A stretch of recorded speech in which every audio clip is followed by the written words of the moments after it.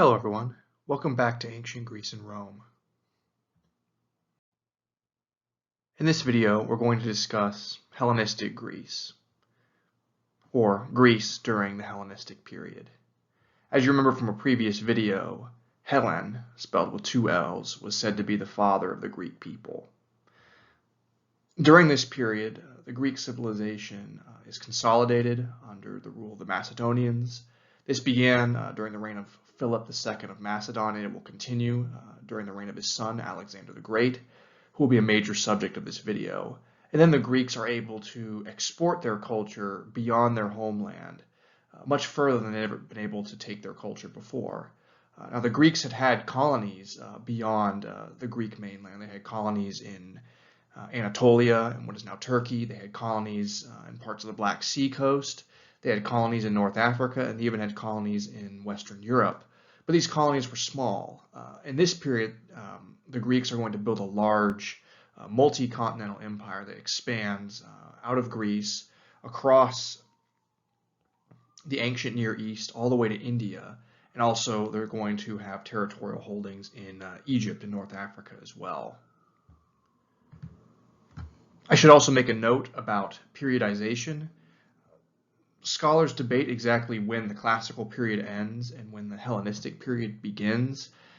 I define the Hellenistic period beginning when Alexander the Great begins his invasion of the Persian Empire, because now not only is he trying to conquer the Persians, but he's going to be bringing Greek culture much deeper into the Near East than it had ever been brought before.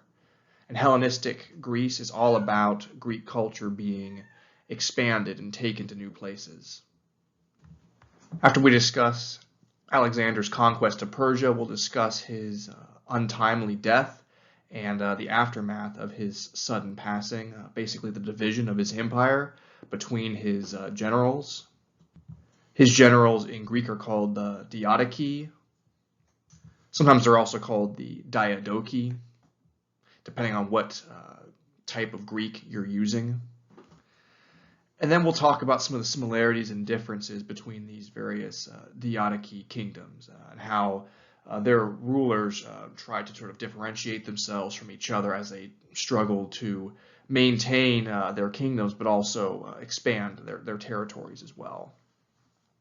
After that, we'll discuss Hellenistic Greek art, culture, and society, and we'll be talking in this period more about things that are happening after Alexander's death.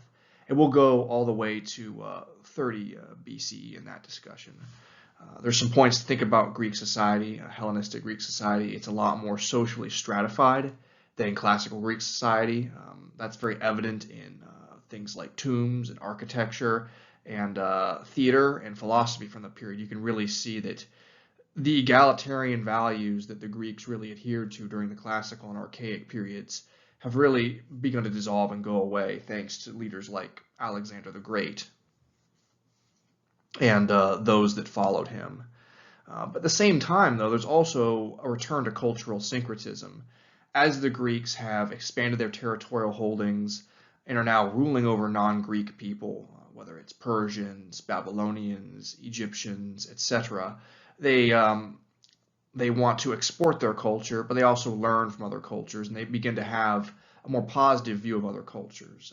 You remember from previous videos, you might argue that the Greeks actually became very xenophobic and ethnocentric during the classical period, thanks to the invasions from the Persians. The Greeks kind of turned away from non-Greek cultures, but that's going to reverse during the Hellenistic period as Greeks are trying to rule over a very large amount of territory in these various Diadochi kingdoms.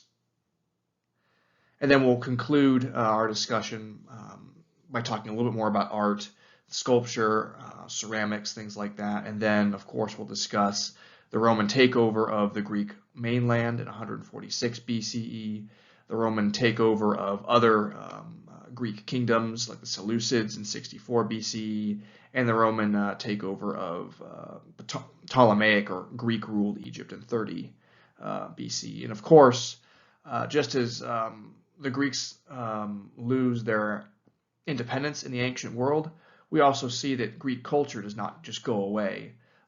it's going to be incorporated into the cultures of other civilizations, perhaps most notably the Roman culture.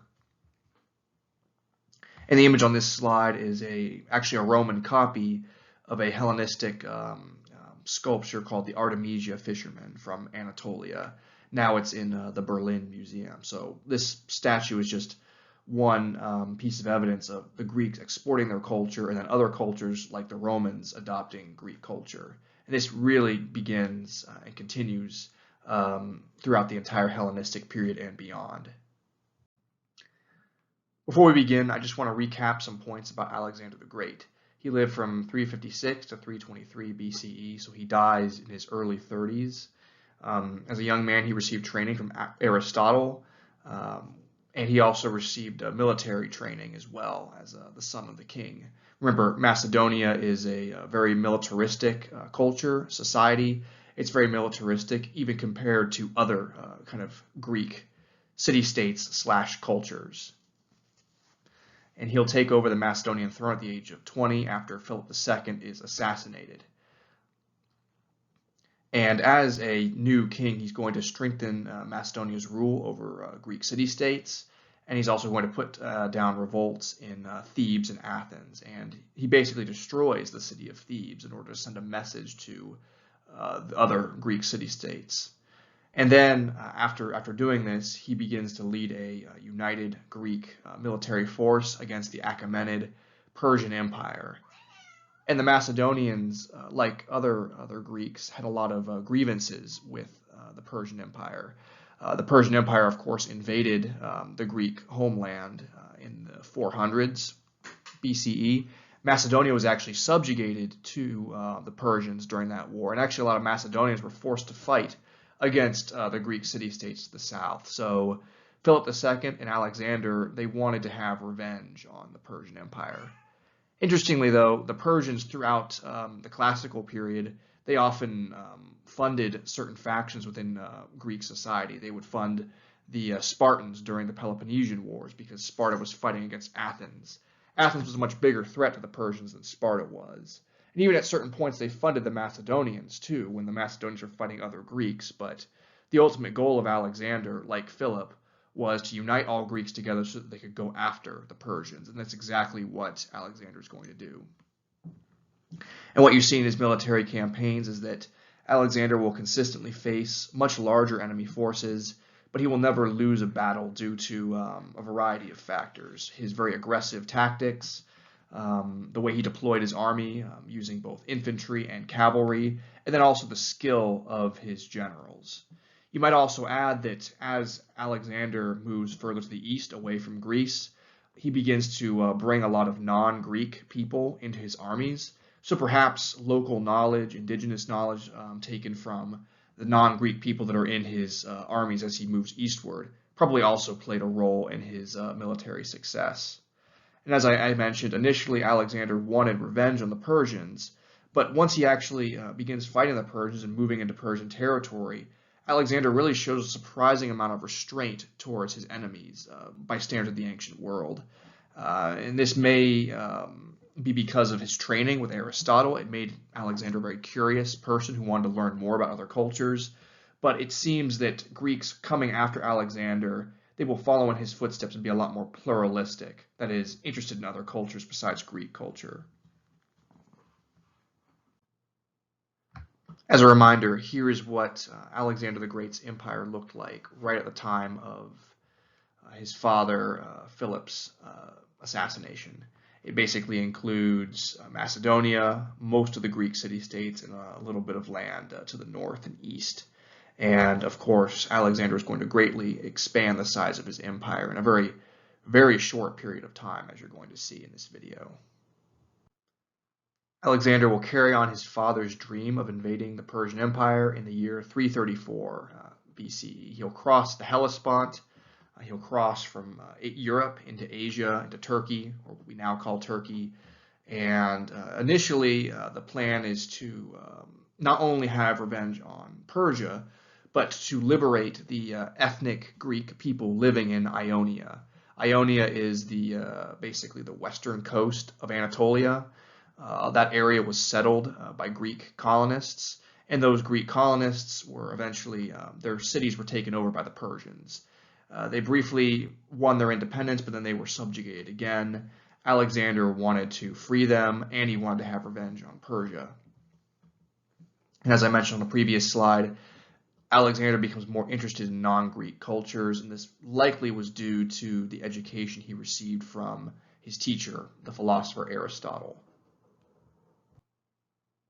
Here's a map showing Alexander the Great's army's progression through the Persian Empire.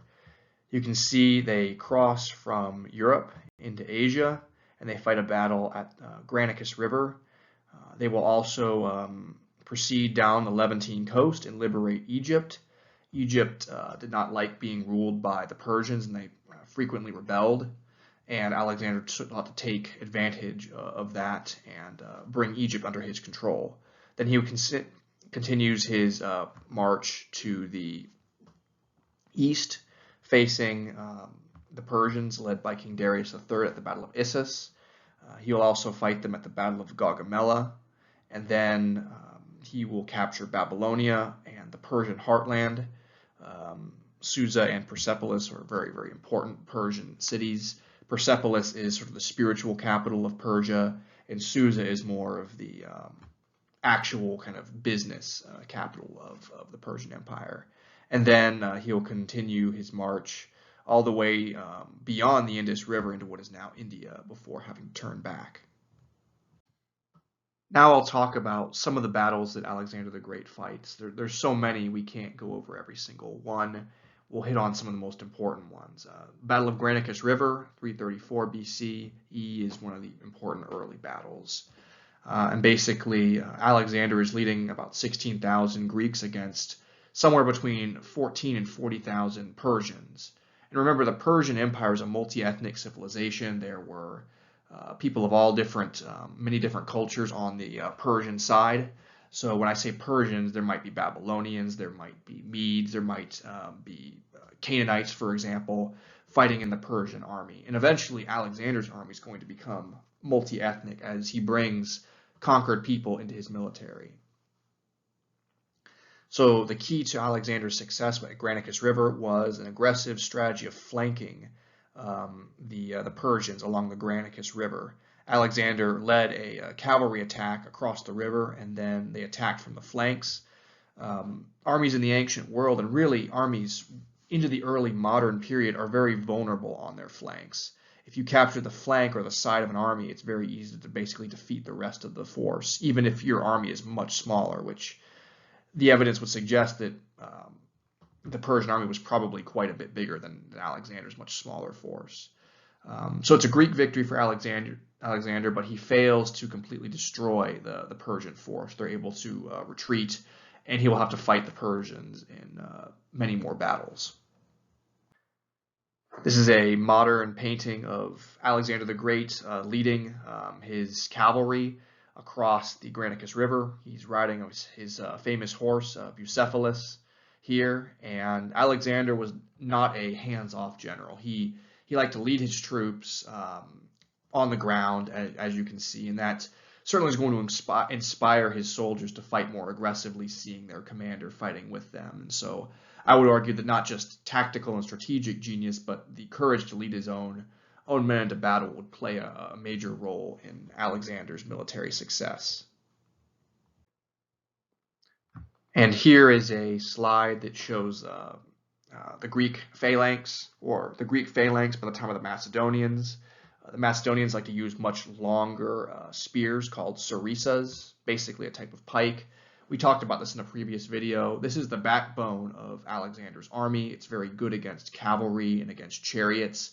But Alexander will add a lot more light infantry, lightly armed soldiers that are shooting bows and arrows or slinging stones at the enemy, along with cavalry as well. So there's quite a bit of variety and diversity of the type of troops that Alexander is using. And I think that really also will play a role in why he's so militarily successful. He's not just attacking with one type of unit. He's using multiple different types of units. After the victory at Granicus, Alexander will proceed to Gordium in the kingdom of Phrygia, in Anatolia. Basically, it's to the east of Granicus. The oracles at Gordium had said that anyone who could untie the Gordian Knot would rule Asia. And basically, the Gordian Knot was a very tightly wound knot that tied a wagon or chariot to the city. And whoever could untie that very difficult knot would be the next ruler of Asia. Alexander took a look at the knot and decided to, depending on what source you read, either cut the knot with his sword or just take the chariot or wagon apart. That way he could say, well, I undid the knot. And of course, Alexander will become the ruler of a very large portion of Asia, but his rule will not last. Or at least it won't last for very long, because he's going to die very early in life.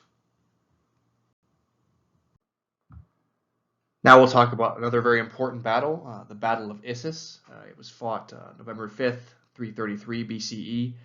In this fight, Alexander has a much larger army, 37,000 Greeks. And of course, Alexander's army at this point is going to be multi-ethnic. So when I say Greeks, I mean the troops under Alexander the Great, which would include some conquered peoples as well. And then they're going to be fighting between 50 and 60,000 Persians. And this fight is taking place kind of on the border of Anatolia and the Levantine coast, kind of where like Turkey and modern-day Lebanon come together today. And this time, the Persian force is going to be led by King Darius III. The king of the world, as the Persians like to call their kings, is going to be on the scene. In the beginning of the battle, the Greeks were losing under Alexander, probably because they were so outnumbered. But Alexander will very aggressively, in true Alexander fashion, he's going to lead a charge against the Persians that actually will break through the Persians' line. And by breaking through the Persian line, he's going to ensure victory. This is a very famous portrayal of the Battle of Issus. It's a mosaic actually from Pompeii, and it features Alexander the Great, perhaps the most iconic 2D, two-dimensional image of Alexander the Great, facing off against Darius III here. And you can see Alexander's wearing a very, what we would think of as Greek-style armor. You can see this little head here is probably the head of Medusa or of a Gorgon. His father, Philip II, liked to wear Gorgon heads on his armor to kind of frighten his enemies. You can see the expression on King Darius III's face. It's a sort of an expression of dismay and surprise at seeing Alexander breaking through his lines, which is exactly what's happening here. And this piece of artwork is from the 1st century CE, so 300 years after Alexander the Great has died. It's actually probably based on a much older fresco. A lot of mosaics were based on frescoes, but this piece of artwork centuries later, it shows how inspiring Alexander the Great could be even to the Romans. So it shows Hellenistic influence centuries after the Greeks have lost their independence, centuries after Alexander the Great has died. So that's what makes this a very interesting piece. After the Battle of Issus, Alexander the Great invades Egypt in 332 BCE. And the Egyptians, based on the sources we have, seem to have welcomed the Greeks, seeing them as liberators. The Persians had been very harsh rulers in Egypt due to a series of revolts led by the Egyptians. The Egyptians were trying to break away. They tried to break away from the Persian Empire multiple times. And the Persians were generally pretty open to other cultures, but they did not take kindly to any kind of revolt. And they always put down revolts very harshly, not just against the Egyptians, but against other people who revolted, as we discussed in previous videos. Alexander, upon reaching Egypt, perhaps like in this modern image you see here, he declared himself to be Pharaoh of Egypt, trying to respect Egyptian culture, and he also engaged in Egyptian religious rites to try to gain the favor of everyday Egyptians. So he's showing cultural syncretism, trying to mix his Greek Macedonian culture with the local indigenous Egyptian culture. And the city of Alexandria in Egypt is going to be founded in 331 BCE. There's actually many Alexandrias that are going to be built throughout Alexander's empire, but the Alexandria of Egypt seems to be Alexander's favorite city named after him. It's also believed that Alexander's final resting place, or at least his resting place for many, many hundreds of years, was in Alexandria, Egypt. So now we'll talk about the Battle of Gaugamela, October 1st, 331 BCE. And in this battle, about 47,000 Greeks and their Asian non-Greek allies are going to be fighting between 50 and 120,000 Persians. It's fought kind of in the mountains of eastern Anatolia, where Anatolia and Mesopotamia kind of come together. And most of Alexander's army at this battle is made up of infantry, which works well with the mountainous terrain at Gaugamela. It shows Alexander's adaptability, studying the environment that he's going to be fighting in, that he's going to be deploying his troops in, and adjusting accordingly. The Persian military, however, is based heavily on cavalry and chariots. Generally speaking, at this point in Persian history, the Persians are relying much more on cavalry than infantry, and that really works against them at Gaugamela. They will charge the Greek phalanxes with both chariots and horsemen, and the Greek phalanxes with their long sarissa pikes, they're going to remain steadfast and hold the line. And then Alexander's army is going to counterattack, and they're going to absolutely rout the Persian force. And what happens after the battle is interesting and a bit mysterious. It seems that Darius was betrayed by some of his troops, and he ended up dying. It seems very likely that he was assassinated by his own generals, who were probably trying to win favor with Alexander by killing the king. They hope to kind of get favor with Alexander, who's probably going to be the new king. And as you'll see, Alexander did not approve of this treachery. And then, tactically speaking, the Greek victory at Gaugamela, it opens up Mesopotamia and the Persian heartland to the east to Greek conquest, although there will be other battles after this point. Here is a battle map and illustration of the Battle of Gaugamela. You can see that at the beginning of the battle, the Persians attack with cavalry. These rectangles with one slash through, those symbolize cavalry. It's a fairly common military map icon or graphic that you'll see. These things here are chariots. You can see sort of the wheels that are meant to be represented in that graphic. The Persians will charge. They'll be held off by the Greek cavalry. The Greek cavalry was mostly heavy cavalry, that is, cavalrymen that are very well armed and very well armored, especially the companion cavalry, perhaps the most famous of all of the Macedonian Greek cavalry. But we'll talk about the companion cavalry a little bit later in this video. After the Persian cavalry charges are defeated, the Greek infantry will then charge the Persian line. Now remember, the infantry is the main force at this battle. The cavalry really are more of a reserve, but they do play an important role in this battle. They really help to keep the Persians from breaking the Greek line. But then the Greek infantry will counterattack, and they will, as you can see here, they're breaking the Persian line apart, leading to a Persian defeat and a Greek victory. Here is another modern artist's recreation of the Battle of Gaugamela. Here you see a Persian chariot charging the Greek phalanx. The chariots tried to break through, but they were unsuccessful. The Greek infantry was just too strong. Remember, the Greeks had a long tradition of heavily armed infantry, and the Persian charges were not able to break through the Greek infantry lines. Now I'll talk about the death of King Darius, because there's some interesting historical things to consider here. Alexander, upon finding Darius's body, he mourned the death of the Persian king. We think, come to view the Persian king as a very honorable opponent and perhaps more of a rival than an enemy. So he was disappointed to see that the Persian king had died, and especially in such a terrible way, to be killed by his own troops. So he made sure that Darius received a proper funeral and burial that was fit for a Persian king. And then he ordered the execution of the Persians who had betrayed Darius. In particular, he had the conspirator leader, the leader of the conspirators, Bessus, tortured to death as punishment for his betrayal.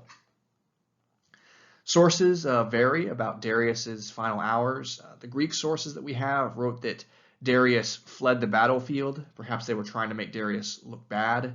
But a Babylonian source, the Babylonians are subjects of the Persians. You can see this Babylonian source at the left. It says that that Darius was left or left behind and possibly betrayed by his own troops, depending on how you interpret the source. And by the way, this is a cuneiform tablet. It was part of a Babylonian astronomical diary, and the diary records, lunar events, solar events, and it was recording that all of the lunar events and things were foretelling doom and destruction, that there were bad omens coming for the Persians, and that is probably why they were defeated, according to that source. So, very interesting source. It's in the British Museum in London. And this is a 17th century oil painting showing Alexander ordering the execution of Bessus. And Alexander, being a Macedonian, he would have been no stranger to coups and assassinations. His father was assassinated. This was a very common thing in Macedonian society. So he probably realized that people who would betray the Persian king would probably betray him if given the opportunity. So naturally, he decides to have the conspirators be executed, and he has Bessus be killed in a very, very terrible way, being tortured to death. Fitting with the theme of Alexander's experience as a Macedonian ruler, Alexander recognized the importance of building alliances through marriage. Remember, Macedonian kings and elites often had multiple wives as a way of building alliances and protecting their power. So he marries multiple women, and he'll have multiple wives. Perhaps his most famous wife was Roxana of Bactria. She's from what is now Afghanistan, and she's not ethnically Persian. She's part of one of the kind of semi-nomadic cultures that were living in what is now Afghanistan. He'll marry other women as well. A very notable woman he'll marry is Statira II, who is the daughter of Darius III. We have evidence that he had mistresses on the side, and that he had male lovers as well. But we'll talk a bit more about Alexander's private life and his relationships later in the video. And this image on the slide is of Alexander and Roxana.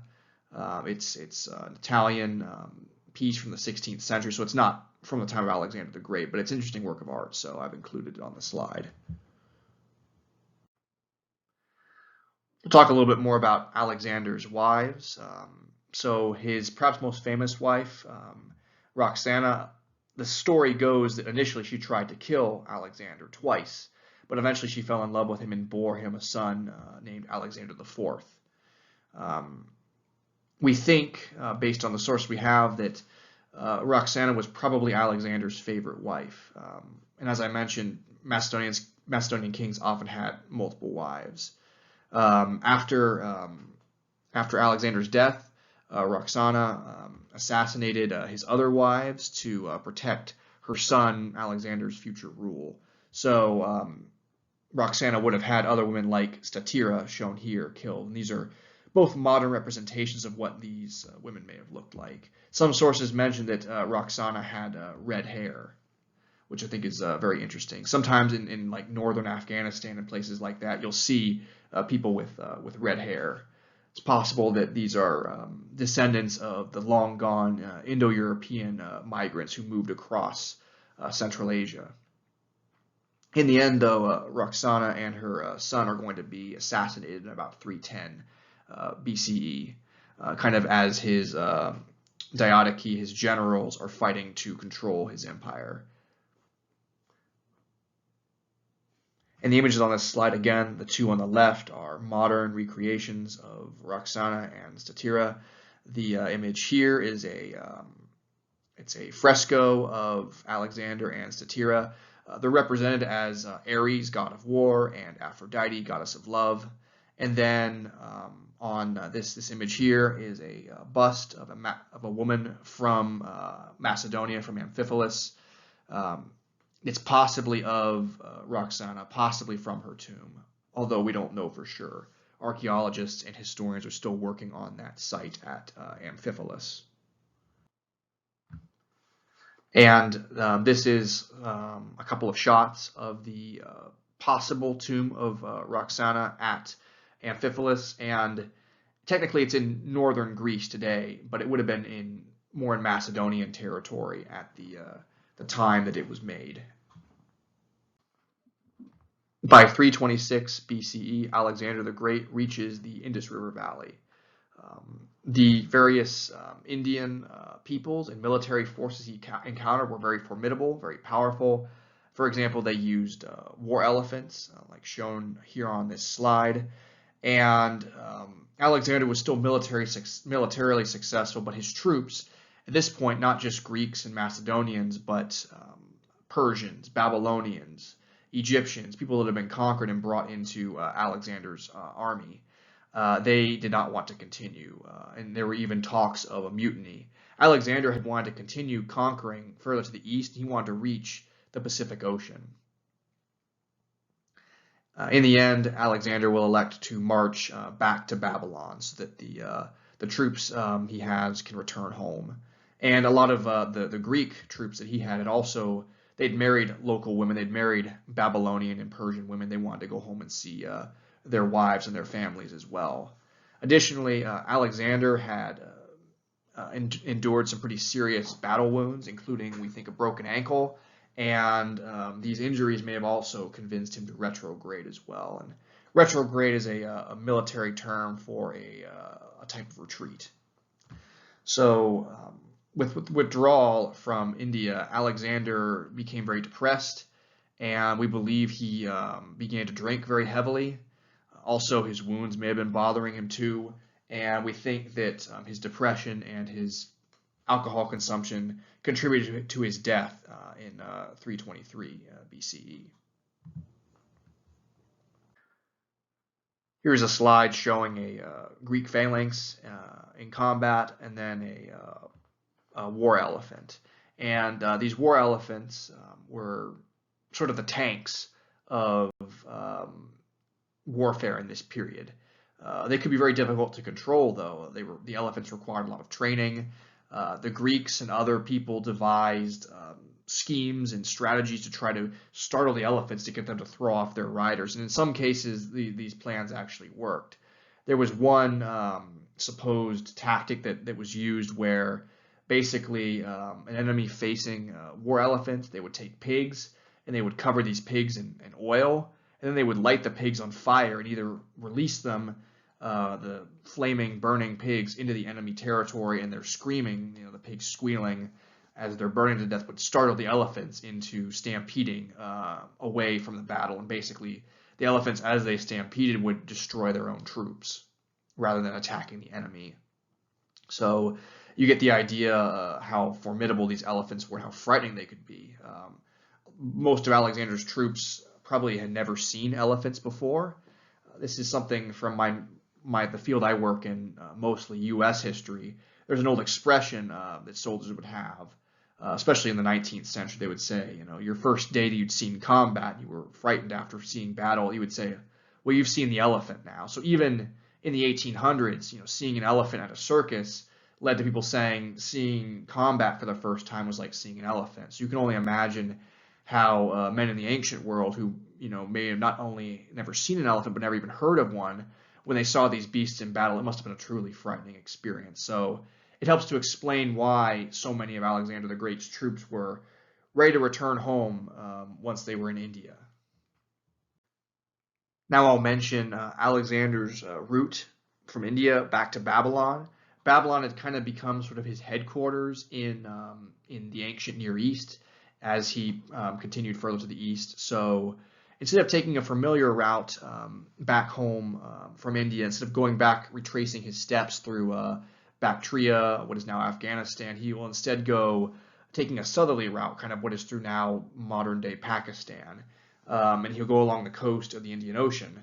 This was probably because he wanted to see new lands and cover new grounds. You know, I think Alexander, in addition to being a soldier, because he was so curious, he was a natural-born explorer as well. So, unfortunately, though, in his exploration, there were consequences. He crossed over these very hot, very dry deserts where the temperature frequently gets well above 100 degrees Fahrenheit. As you can imagine, that'd be very difficult while wearing armor, and a lot of his troops will die of thirst and heat exposure on this sort of desert route, making their way across what is now southern Pakistan on their way back to Babylon. Another very difficult event for Alexander, in addition to having to give up his eastward march, was losing Hephaestion. Hephaestion was Alexander's best friend. They had known each other since childhood, and there's evidence to believe that Hephaestion and Alexander were lovers as well. Hephaestion died of a fever in 324 BCE, and Hephaestion, in addition to being Alexander's longtime friend, he was Alexander's companion, basically his heavy cavalry commander. And so Hephaestion would have played a big role in Alexander's military victories. And the two men had known each other since childhood. They were both taught by Aristotle.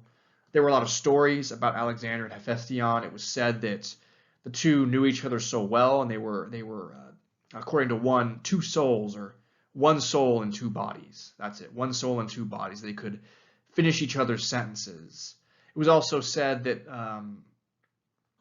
people would meet Alexander and Hephaestion, and they wouldn't be able to tell the two apart.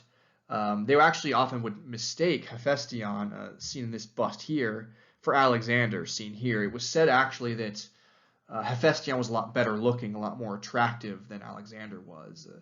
Alexander, it was said that he was actually very short. He may have only been 5 feet tall, which is very interesting that, you know, despite being so short, he was such a spectacular warrior. He didn't let his size stop him. Certainly a testament to his spirit. It was also said that Alexander the Great had sort of light-colored hair, possibly chestnut-colored or blonde or possibly light red. It depends on what sources you read. Some sources also say that Alexander the Great had two dichromatic eyes. Basically, he had one eye of one color and one eye of the other. And a lot of people, they were shocked when they saw Alexander. They expected to see someone much more sort of physically attractive, especially a great warrior and a man who claimed to be the son of Zeus. So some interesting things to think about with Alexander and Hephaestion. But as I mentioned, scholars debate over whether Alexander and Hephaestion were lovers, or if they were just compared to other Greeks that were said to be lovers. Greek men were said to be lovers of each other. It's possible that this was a sort of Erastes and Eromenos, kind of almost like a pederasty type relationship. Although contemporaries tend to be a bit more tight-lipped about what they say about Alexander and Hephaestion. They probably did not want to gossip too much. Contemporaries also compared Alexander and Hephaestion to Achilles and Patroclus from the Trojan War. And what we do know is that Hephaestion's death hit Alexander very hard. It probably only increased his depression and his substance abuse. We think that Alexander even sacrificed captives to Hephaestion's spirit, showing how distraught he was at losing the death of such a close friend and confidant, and possibly more. And, you know, remember, the Greeks really look down on human sacrifice. They see it as being something you don't do very lightly. It's a thing of last resort. It's really, they see it as a thing that non-Greeks, that the so-called barbarians or barbaroi do. So it really, having Alexander sacrificing human captives to Hephaestion shows just how distraught Alexander was at losing Hephaestion.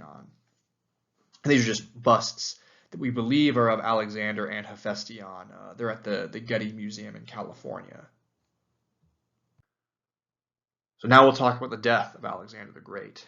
Alexander died in Babylon between June 22nd and 23rd, 323 BCE. He was 32 years old, so a very young man. We think that Alexander had been planning an invasion of the Arabian Peninsula and North Africa west of Egypt. Since he couldn't go further to the east, he could conquer to the west instead.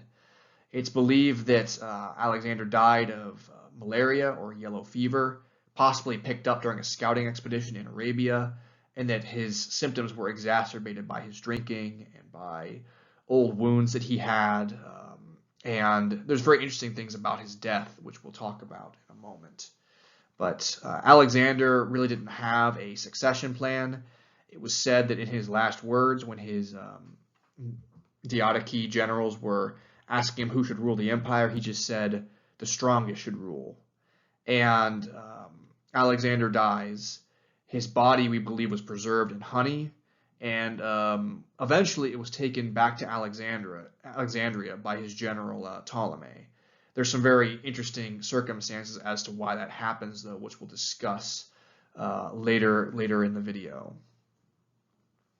And Alexander's generals, Antigonus, Cassander, Ptolemy, and Seleucus, will fight a series of violent wars against each other, as will their descendants, and they will break up his empire into about 4 sections. And of course, these sections are going to be at war with each other throughout the Hellenistic period. This is another image showing the death of Alexander the Great.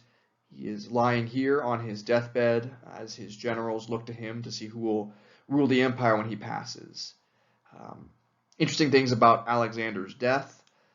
Observers watching his body lie in state observed that it didn't seem to decompose. And this may have actually been because Alexander wasn't dead at this point. He was actually comatose. Some modern medical historians and physicians that have read the records of his death think that he may have been comatose, that he had slowed down his breathing and his heart rate was so slow that his contemporaries, without modern medicine, assumed that he had died. But of course, his contemporaries would have interpreted his body's apparent lack of decomposition as further proof that Alexander was the son of a god. This is the Siwa Oasis in western Egypt. It has a series of basically springs and oases in the desert. This was where Alexander wished to be buried, we think. It's the site of a temple to Amun, the Egyptian sky god, who has some similarities with Zeus, and Alexander, being that he said he was the son of Zeus, he might have identified with Amun. And in the end, Alexander will be buried in Egypt, but he won't be buried at the Siwa Oasis. But seeing the beauty of the oasis, you can also see that maybe that was also a factor as to why Alexander would have wanted to be buried there. This is Alexander's funerary carriage. Initially, it was controlled by Perdiccas of Macedonia, who had planned to take Alexander's body back to his homeland, even though this isn't really what Alexander wanted. In the end, though, this sort of funeral party, which is heavily guarded by Macedonian soldiers, is going to be captured by General Ptolemy I. Ptolemy I is going to be the ruler of Egypt. And of course, Ptolemy will bring Alexander's body back to Egypt. This is a stone sarcophagus that was possibly made to hold Alexander the Great's body. It was found in Sidon, in the Levantine region, what is now Lebanon, basically, and it's currently in the Istanbul Archaeological Museum. But after Alexander died, his Diadochi, his successors, they wanted to legitimize their rule, and one of the best ways they could do that was by possessing Alexander the Great's body. So it seems that actually a lot of people really wanted Alexander's body. Certainly the Macedonians wanted it. In the end, the Egyptians, or the Egyptian Greeks under Ptolemy, get his body. But this sarcophagus, even if Alexander was never actually interred in it, just shows how important possessing his body was.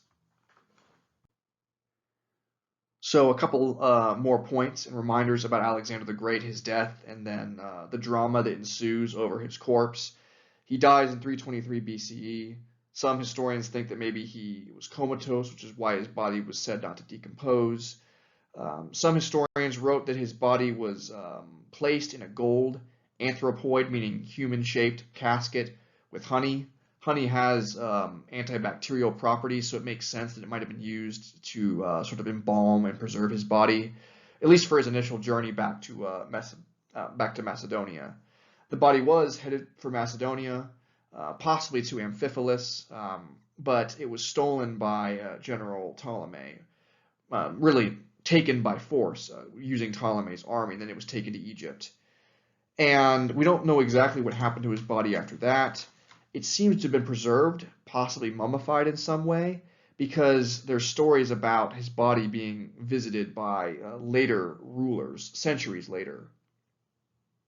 It certainly would make sense. Alexander's interest in Egyptian culture, it makes sense that perhaps he had left some instructions that his body was meant to be mummified once it reached Egypt. We think that the gold sarcophagus or casket that he was in was melted down and replaced with a glass one at some point when Egypt came on hard times. And a lot of Roman leaders, especially Augustus Caesar, will pay homage to Alexander's body. You can see some modern images of Augustus Caesar, in this case, placing gold leaf on Alexander's body. It seems that Alexander's body was initially interred in Memphis, but then it was moved to Alexandria, which Alexandria was his favorite city. And then the tomb was probably closed to visitors around the year 200 CE, and the location seems to have been lost by about the year 400 CE. By 400 CE, the Roman Empire was becoming Christian, including Egypt. And we think that the Romans at that point were worried that people might worship Alexander's remains, and they closed the tomb off to visitors to prevent the worship of his body because they wanted people to worship God and Jesus, not Alexander. And then many subsequent leaders have claimed to have his body as a way to legitimize their rule. But as of now, Alexander the Great's body has not been found. Certainly the discovery of his remains would be the find of the century, though, so perhaps archaeologists and historians someday will find it. This is a 19th century oil painting showing Octavian, soon to become Augustus Caesar, visiting the body of Alexander the Great. It was painted by a French artist named Lionel Royer sometime in the late 1800s or early 1900s. But the painting's interesting because it shows Alexander's body basically looking fresh as a daisy. It looks like he's asleep. And that's probably playing into the reports that Alexander's body initially did not decompose. In reality, his body was probably mummified and probably would have looked a lot drier and a lot less lifelike. It's also said that later people who visited Alexander's body accidentally damaged the body. It was said that one visitor knocked off what was left of Alexander's nose. There's even reports that Octavian, Augustus Caesar, that he took Alexander's breastplate, which removing that, of course, would have damaged his remains. So we can see that that also may have been a factor in why the tomb was closed to the public initially in the 200s, as the body was being damaged. And of course, we don't know for sure because the tomb location was lost sometime after the 400s, and we probably won't know for sure until we find the body of Alexander the Great. Now that we've discussed Alexander's death, the fight over his body, and the mystery of his final resting place, we should discuss the Diadochi Wars. And these were a series of conflicts fought between Alexander's generals. Diadochi actually means heirs or successors in Greek. This is Ptolemy I who stole Alexander's body to legitimize his rule. This is a very Greek-style statue of Ptolemy. And of course, Ptolemy and the other Diadochi did not allow Alexander IV, son of Alexander, to rule. They wanted to rule themselves. So now we'll discuss the rule of the Diadochi and how they try to maintain their power and try to gain power over each other. And the Diadochi adopted elements of the cultures of the people they ruled. They did this to legitimize their rule, we think. They were probably a bit more self-interested in their curiosity about other cultures than perhaps Alexander was, who I believe was genuinely interested in non-Greek cultures. And I should also point out that even if Greek people had interest in non-Greek cultures, it was Greek people who made up the ruling class of these conquered territories. They did not give the local and indigenous people all of that much power or say in how things were run in these kingdoms. And the local and indigenous people had to learn elements of Greek language and culture themselves, partially just out of necessity. That way they could understand what their rulers were trying to do, and so they could do business with Greeks living in their territory. So the cultural syncretism certainly is very self-interested on the part of the Greeks. And a lot of non-Greek people, even if their cultures are not being erased and destroyed, their cultures are being changed, whether they like it or not. And the Diadochi rulers, they'll fight against each other. And these wars, what you'll see is they weaken their respective empires. This is going to make it easier for other civilizations like the Romans to the west, and then the Parthians to the east to conquer large portions of the Diadochi empires. And eventually, the Diadochi empires are all going to be absorbed into other civilizations. And the image on this slide is the bust of Ptolemy I as an Egyptian pharaoh. This is a very Egyptian style of bust. The facial features of the bust are very much of the Egyptian style. It looks very different than the bust of Ptolemy that was done in the Greek style that I showed on the other slide. Egyptian sculptors were not as interested in portraiture, making their subjects and their statues look like the actual person they're based off of.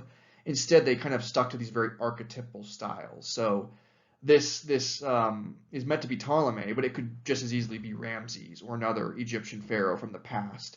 Very different way of approaching sculpture, but it shows that Ptolemy was trying to appeal to Egyptian people by having himself represented in this very Egyptian style of sculpture. He's wearing a Egyptian pharaoh's headdress. It shows kind of the cultural syncretism that the Hellenistic Greeks had. But this cultural syncretism was very self-interested. By the way, this piece is at the British Museum in London. Now we'll talk about another one of Alexander's generals, one of his Diadochi, that's Seleucus. Unlike Ptolemy, who I argue has a very larger-than-life presence, kidnapping Alexander the Great's body, having himself represented as a pharaoh, I think Seleucus chose to be a lot less conspicuous. And as a result, Seleucus was able to build a very large kingdom, the Seleucid Empire. Basically, he's between Ptolemy in the southwest and other generals like Lysimachus and Antigonus to the northwest. And initially, Seleucus' empire is very large. It stretches from the Levantine, Mediterranean coast all the way to India.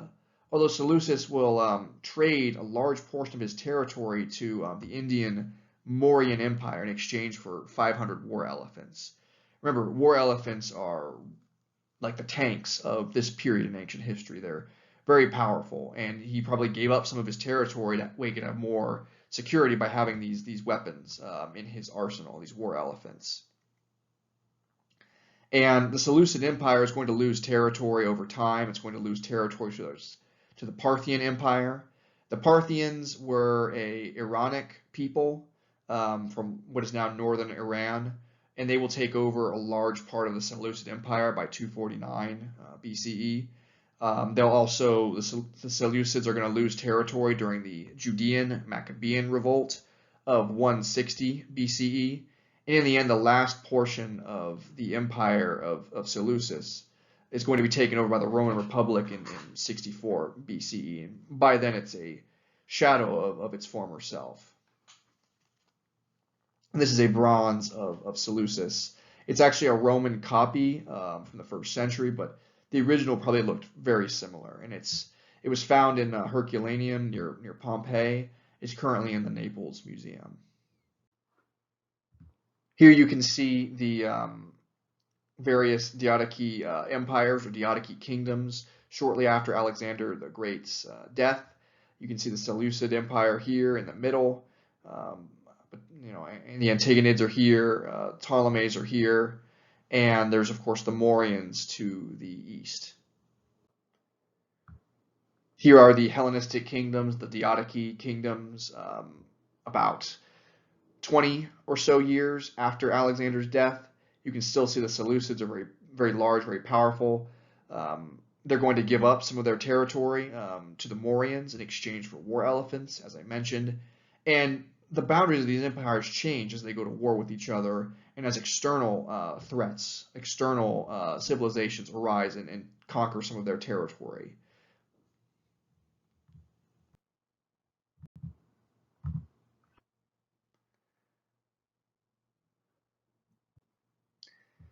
Here's another map of the Hellenistic world from about the 240s BCE, so almost 80 years after Alexander the Great has died.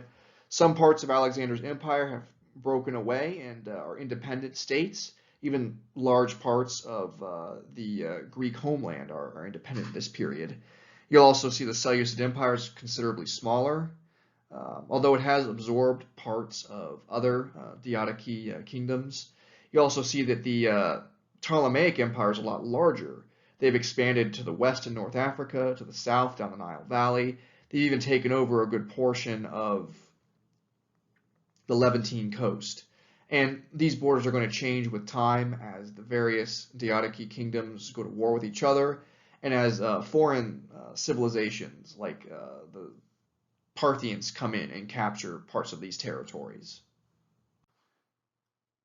And this map specifically is of the Seleucid Empire, and it's in Spanish, so apologies for those of you that can't read Spanish, but I'll explain the map as best as I can to you. This area here in pink and going over in here as well, these territories were part of the Seleucid Empire in about 200 BC, and these yellow areas were semi-independent, but were kind of sort of client states, you might say, of the Seleucids by the 200s. What you'll see is that the Parthians will emerge and they will take over portions of these territories, and then the Seleucid Empire is going to shrink. This light green is what the empire is going to be by 190 or so BCE. And it will continue to lose territory to others like the Parthians to the point that by 100 BCE, all that's left are these dark green and blue regions, and then they're going to lose this area down here actually during the Judean Revolt. And by 64 BC, all that's left of the Seleucids is this blue region here. So you can see a very large empire will break down over the course of a couple hundred years. And that last portion that was taken over in 64 BCE, it was taken over and brought into the Roman Republic. Now I want to talk about Pyrrhus of Epirus. Although he's not a Diadochi, he's a very interesting military commander from the Hellenistic period. He was king of Epirus from 319 to 272 BCE. You'll remember Epirus is in the western part of Greece, and it was allied with Macedonia by Olympias's marriage to Philip of Macedon, Olympias being Alexander the Great's mother. And Epirus is a very small kingdom. It's not especially wealthy, but it's where Pyrrhus comes from. And Pyrrhus also claimed to be the son, or not the son, but he claimed to be related to Achilles' son, Pyrrhus. So, ancient Greek rulers would try to claim they were related either to gods or to heroic mythical figures. Pyrrhus claims that he was related to Achilles' son, Pyrrhus, who had the same name as him. Pyrrhus is going to lose his throne to one of the Diadochi, Cassander, in 306. He'll fight and regain it in 297 with the help of Ptolemy. So he's kind of making deals with various Diadochi generals to get his power back. And then Pyrrhus is going to go to war against the Roman Republic. even though they're much more powerful than he is. And he will actually defeat Rome at 2 battles, which is really, really interesting. But because Epirus is not very powerful, these victories, tactically speaking, they're a win for Pyrrhus, but they're very costly. And that's where we get the term Pyrrhic victory, for a victory that's very expensive or that doesn't really help you, and if anything, hurts you in the long run. That's what a Pyrrhic victory means. It comes from Pyrrhus. And Pyrrhus will also go to war against Carthage, Carthage being an enemy of Rome, in order to take control of Sicily, because he wanted to have Sicily for himself, because he realized it was a very wealthy, a very important island. In 274, Pyrrhus will actually take control of the Macedonian throne, and he will use his troops, along with the Macedonians, to invade Peloponnesian Greece in 272. And he'll be defeated by the Spartans and other Macedonians that were not under his control. After that, though, he's going to be killed in the Battle of Argos, basically in a street fight. So, in summation, Pyrrhus is one of those larger-than-life figures in ancient history. He's a brilliant tactician, but he lacks the kind of resources to fully capitalize on his tactical victories, because he doesn't have a lot of resources being from the small kingdom of Epirus. He struggles with sort of manpower and supply and logistical issues kind of throughout all of his military campaigns.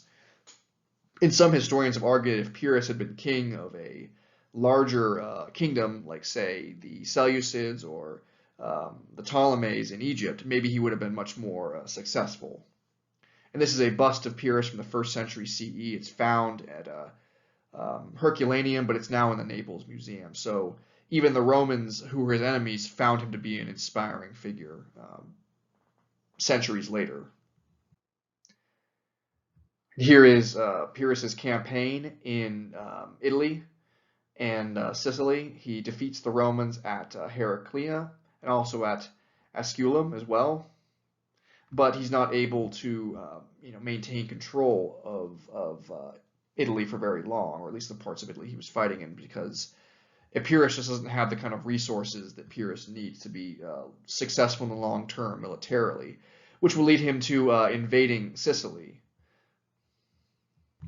because he wants the resources that are available on Sicily. But Sicily is, at this point, partially controlled by the Carthaginians. So invading Sicily means going to war with Carthage, an enemy of Rome. It may have been a wiser strategy to instead make deals with the Carthaginians to fight against the Romans, but instead Pyrrhus decides to go to war with the Carthaginians. Here are some much later, not ancient scenes of Pyrrhus in combat. This is Pyrrhus leading his troops against the Romans, and this is a Renaissance era painting of the siege of Sparta, which we'll talk about on the next slide. At the siege of Sparta, Pyrrhus actually had a resource advantage over his enemies. He had about 27,000 troops, including war elephants, but he was facing only about 9,000 Spartans and kind of rebel Macedonians that had not submitted to his rule. Remember, Sparta is not an economically powerful city-state by this point. They're very weak. They've been weak for a very long time. They do have good soldiers, but you need to have not just a good military, you need to have a good economy as well. So you would expect someone like Pyrrhus to actually be really successful at the siege of Sparta. Also, the Spartan force, it consists of children, helots were their slaves, and even women. The women were probably led by Queen Archidamia here. And the women, we think, built fortifications, they took care of the wounded, that way more men could fight. And some people think that even women may have been involved in combat in Sparta, or for Sparta against Pyrrhus. Remember, Spartan society actually gave women a lot more rights than other Greek city-states and cultures did. And the outnumbered Spartans, they built fortified settlements and they executed guerrilla warfare against Pyrrhus. And eventually they wore Pyrrhus down and Pyrrhus will retreat. Pyrrhus dies in 272 BCE during the Battle of Argos. He's fighting in the streets of Argos, and We think that a woman dropped a tile on his head in an attempt to kill him, and that either killed him, that blow, or it left him unconscious and his body was decapitated by an Argive or a soldier from Argos. It's not the kind of death that Pyrrhus would have wanted to have, to either have been killed by a woman or knocked unconscious and then decapitated. Not the kind of death that a general like Pyrrhus would have wanted. So now we'll shift gears and we'll talk about art, culture, and society in Hellenistic Greece. Before that, I want to recap Alexander the Great's relevance to this discussion of art, culture, and society in Hellenistic Greece. Alexander the Great, shown here on this slide, continued his father's work of Pan-Hellenism, of spreading Greek culture. He brings most of the Greek city-states under his command, and then he leads them in a war against the Persians, defeating their old enemy and the world's largest and most powerful empire at the time. And this gives the Greeks a large, tricontinental, multi-ethnic empire, even though this empire will break down into the various Diadochi kingdoms. There's still elements of Greek culture throughout these kingdoms. Alexander, through his conquests, he redefines Greek culture. He makes it a lot more syncretistic. One, because of his curiosity about non-Greek cultures, but also now the Greeks are ruling non-Greek people. They can't afford to be not interested in other cultures. At the same time, though, Greek culture becomes a lot less egalitarian and a lot more socially stratified, thanks to Alexander's rule as a king and the rule of the Diadochi and other kings and rulers after Alexander. Athens, the inventor of Greek democracy, will no longer be a democracy. It's not going to be allowed to be a democracy in the Hellenistic world. And as the Greeks are learning about other cultures and becoming more curious about other cultures, they're also exporting Greek culture across the territories that they're inhabiting. And you'll see this in a variety of cultures, which we'll talk about in the coming slides. And the image on this slide is just a close-up of Alexander the Great, the Issus mosaic at Pompeii. And you can see really the skill of the workmanship of the artists that created this mosaic, the way they've used various tesserae or tiles to create the shading on Alexander's face, for example. And it's really a beautiful piece. One area in which you see evidence of Hellenistic Greek cultural syncretism, but also social stratification, are Hellenistic tombs. And the tombs built in the Hellenistic Greek world are much more elaborate and expensive than those built by the classical Greeks. Greeks in the classical period, they didn't believe in building large tombs because they thought it was not egalitarian to be spending too much money on one's tomb. And also the Greeks didn't like to focus too much on burial rituals and tombs and things. They thought that death and decomposition were kind of impure things that you wanted to sort of keep hidden. So building a large tomb that draws attention to death and decay is not really a part of Greek culture. So they're bringing in some non-Greek ideas as they're building these tombs. They're also showing their culture is much more about showing who's rich and who's not, something that earlier Greeks did not want to do because they wanted to seem like they were egalitarian. And of course, Greek people and non-Greeks built more elaborate tombs in the Hellenistic world. This is actually the tomb of Zechariah, possibly a Jewish person. And it has elements of Greek culture with these columns, and then of course Egyptian culture with the pyramid on top. And I'll show some more tombs as well that have a Achaemenid or Persian influence as well.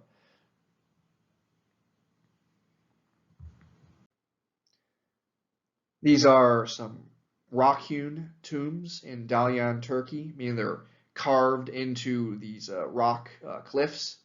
And you can see there's a mix of kind of Greek and local and indigenous architectural traditions and burial customs in these tombs.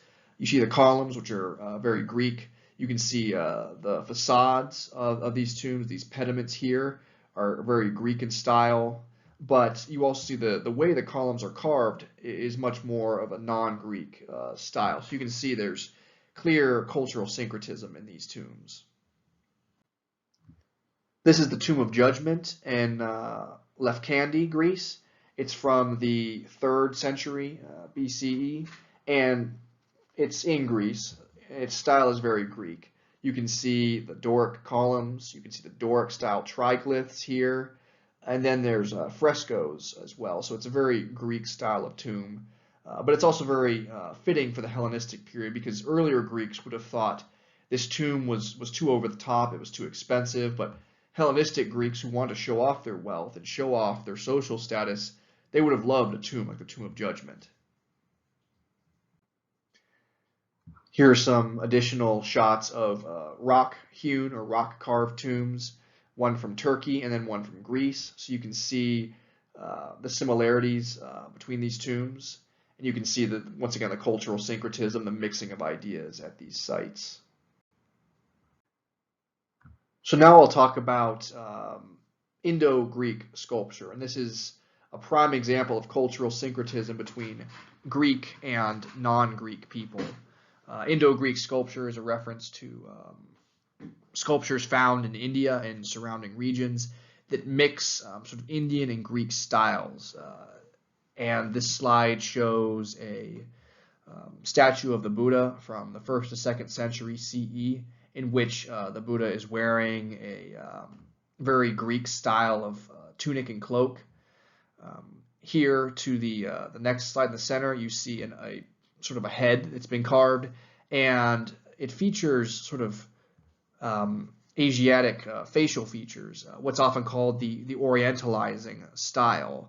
But the hairstyle is very Greek.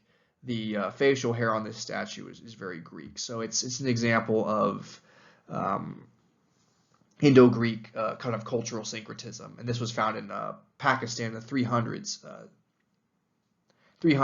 CE. So these examples of Indo-Greek architecture are from centuries after the Hellenistic period's over, but it shows the appeal of Greek and art and cultural styles, even centuries after the Hellenistic civilizations have left the region.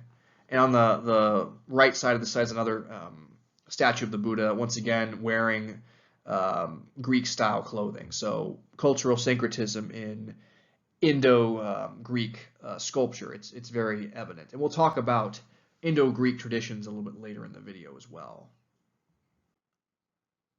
Here are some examples of Greco-Egyptian art. On the left is a figurine of Isis/Aphrodite. Aphrodite and Isis were slightly different goddesses in the Egyptian and Greek cultures, but they're often combined by Greek people living in Egypt. This is a statue that's very much done in the Greek style. The body of the woman of the goddess is done in a Greek style, but she's featuring a Egyptian style headdress. And you can also see that this piece is painted. A lot of Greek sculptures would have looked like this when they were painted, just for reference, because we usually don't see Greek statues painted today. And by the way, this figurine is actually fairly derivative. We've found multiple figurines that look a lot like this, down to the coloring on the hair and the headdress. But this specific example is actually from the Met Museum in New York City. This is a Greco-Egyptian funerary mask from the possibly anywhere from the 300s BCE to the 300s CE. We believe that Greeks, when they settled in Egypt, they practiced many local Egyptian traditions, including mummification. So it's possible this funerary mask may have been to cover the face of a mummified remains. And then on the right-hand side of this slide is a bust of Serapis/Osiris. And Serapis was kind of a sort of Greek version of Osiris. The Greek god of the dead was Hades, and Osiris is the Egyptian god of the dead. And Serapis kind of has elements of both the Greek and Egyptian gods of the dead. But this is a very Greek style of statue with this beard, this hairstyle. Although this headdress here is very Egyptian. But we'll actually discuss another example of Greco-Egyptian cultural syncretism on the next couple of slides. And that is mummies made by Greco-Egyptian people. These are some mummies found from Minya, and Minya is very near a Greek community in Egypt. So these mummies, they could be of Egyptian people, but they could also be of Greek people. We have evidence to believe that Greek people practiced mummification when they settled in Egypt, which is very interesting because the Greeks, they actually wanted bodies to decompose. They wanted them to decay and then disappear. They didn't want to preserve bodies of the dead. They thought that was kind of not an appropriate thing, but it seems that Greeks in Egypt, they began to think a lot more like Egyptians when it came to burial rituals. So we often find Greco-Egyptian mummies in parts of Egypt.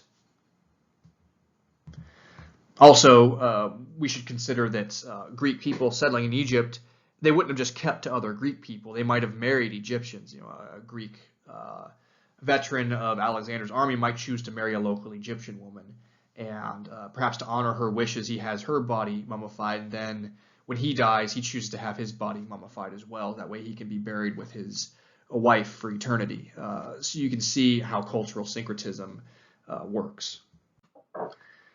Here's another shot of presumably a Greco-Egyptian mummy. We know that the Egyptians preferred, when they buried their dead, interred their dead in coffins or sarcophagi, they preferred, certainly at this point in history, preferred anthropoid, that is human-shaped sarcophagi. But this coffin is rectangular, so it's possible this is a Greco-Egyptian person who's been mummified and buried in a rectangular coffin. Now that we've discussed Greek tombs and burial rituals, Indo-Greek and Greco-Egyptian influences in Greek culture, I want to talk about some Hellenistic Greek cultural innovations. We'll talk about sculpture first. Sculptures in the Hellenistic period are even more lifelike than they are in other periods in Greek history. The Greeks are very good sculptors, and they become even more skilled in the Hellenistic period. They still portray deities, gods, and heroes, but we think that non-Greeks and everyday people become a lot more frequent subjects in Hellenistic sculpture. Sculptors in the past had tried to portray arete, excellence in all things, the human form, excellence in the human form. But in the Hellenistic period, sculptors increasingly are interested in portraying people as they actually are. So they still portray people with very perfect, excellent features, but they also portray people in a bit more realistic and less idealized way. They'll show age, physical injuries, disabilities, different body types. They're trying to kind of show life as it actually is. They want art to imitate life. The sculptures are also portrayed with emotion, which is very interesting. You can see there's facial expressions on the surviving sculptures, especially pathos. Feelings of pain and suffering are often portrayed, which may be because of the warfare and the violence that's occurring as these Hellenistic kingdoms are going to war with each other, perhaps.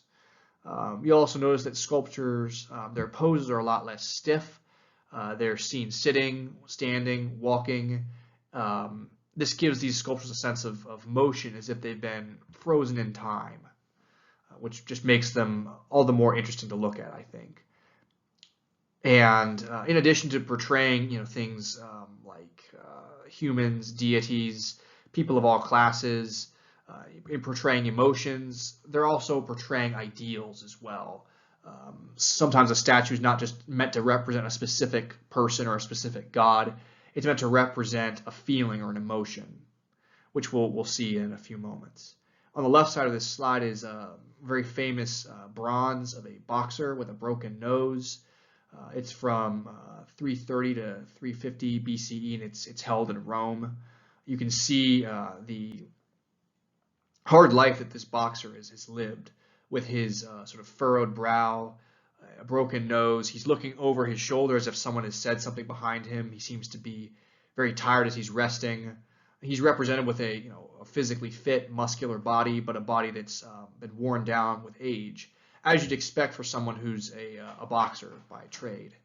On the other side of the slide is a elderly market woman, And there has been some damage to the face of the sculpture, unfortunately. But she was sculpted without teeth, though those were not damaged. She was made to look that way, to try, as the sculptor tried to show old age realistically.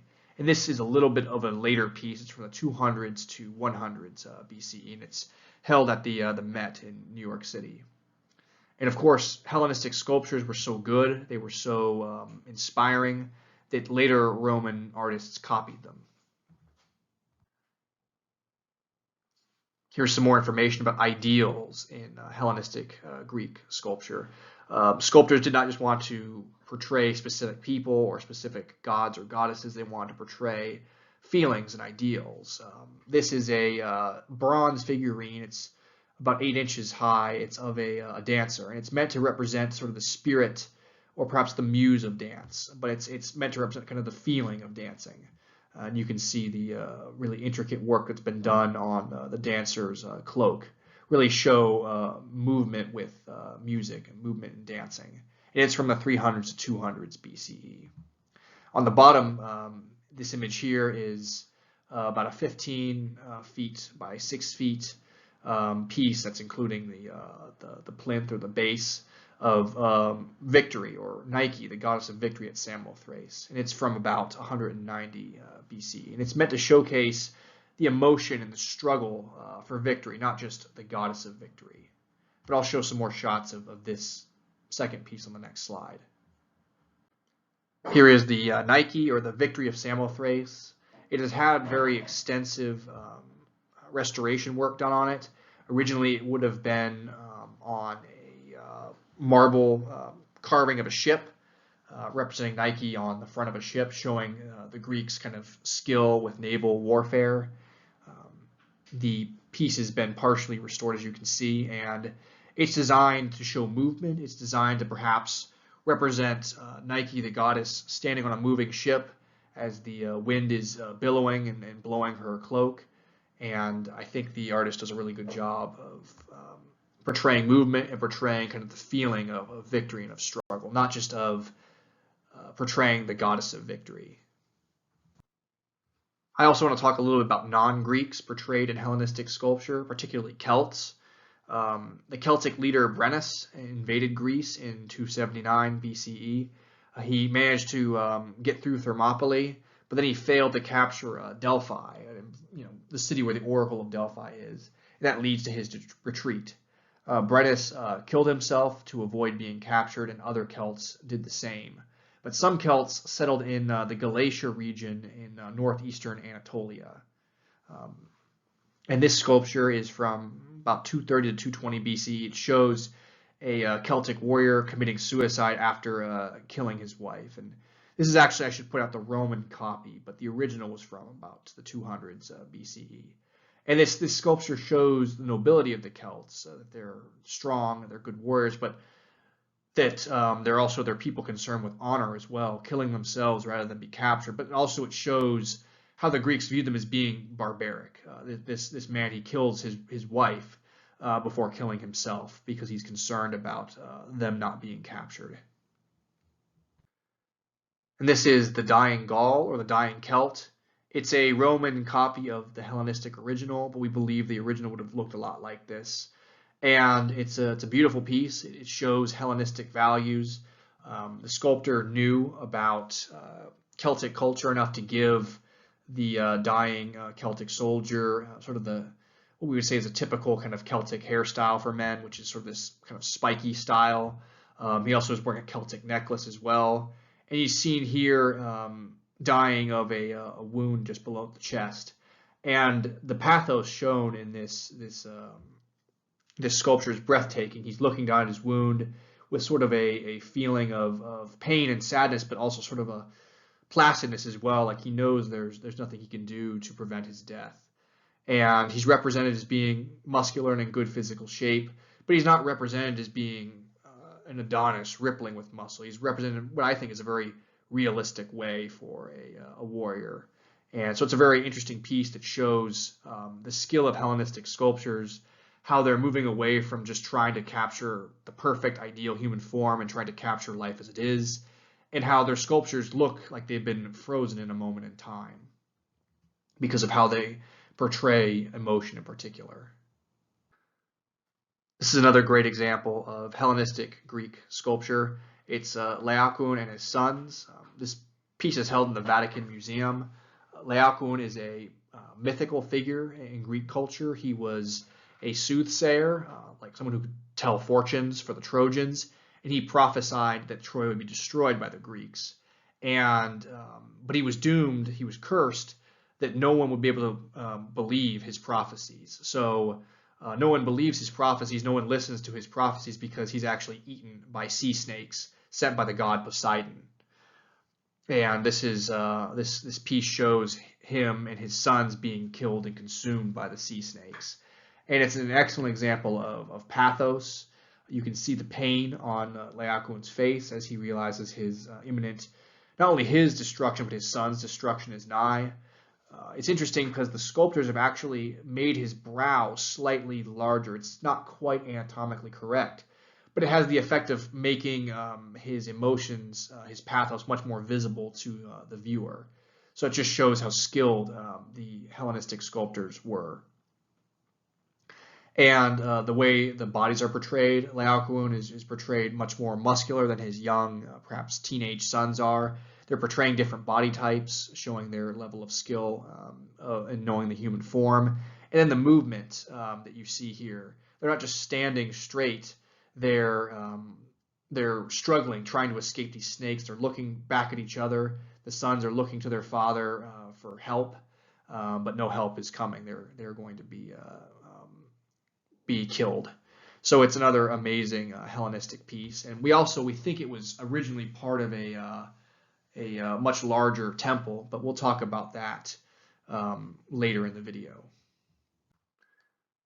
Hellenistic sculptors also portrayed women as well, and this is perhaps the most famous Hellenistic sculpture of a woman. It's the Venus de Milo from 150 to 125 BCE, and it's currently housed in the Louvre in Paris. And the sculpture has been damaged, but I don't think anyone's going to do any major restoration work on it because it's an iconic statue with its broken arms. And this is a couple of artists' guesses of what Venus de Milo would have looked like before she lost her arms.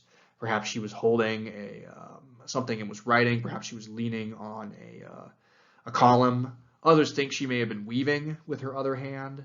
But either way, it's an amazing piece that shows the Greeks' skill in not just the male form, but the female form as well. It shows that they're comfortable, they're becoming more comfortable sculpting women and also sculpting women in the nude, something that earlier Greeks were very uncomfortable doing. This is more speculative, but some art historians and scholars think that the sculptor of the Venus de Milo was actually trying to portray disability, portray imperfection in the Greeks' understanding of disability. That perhaps this is meant to represent a woman with scoliosis, which is very interesting that the sculptor would choose to represent a goddess with a physical disability. But we don't know for sure. It's just speculation. But either way, it's interesting to think about. It doesn't diminish or take away the beauty of this work of sculpture. So now that we've discussed Greek innovations in sculpture, I want to talk about Greek innovations in architecture, specifically the Corinthian order.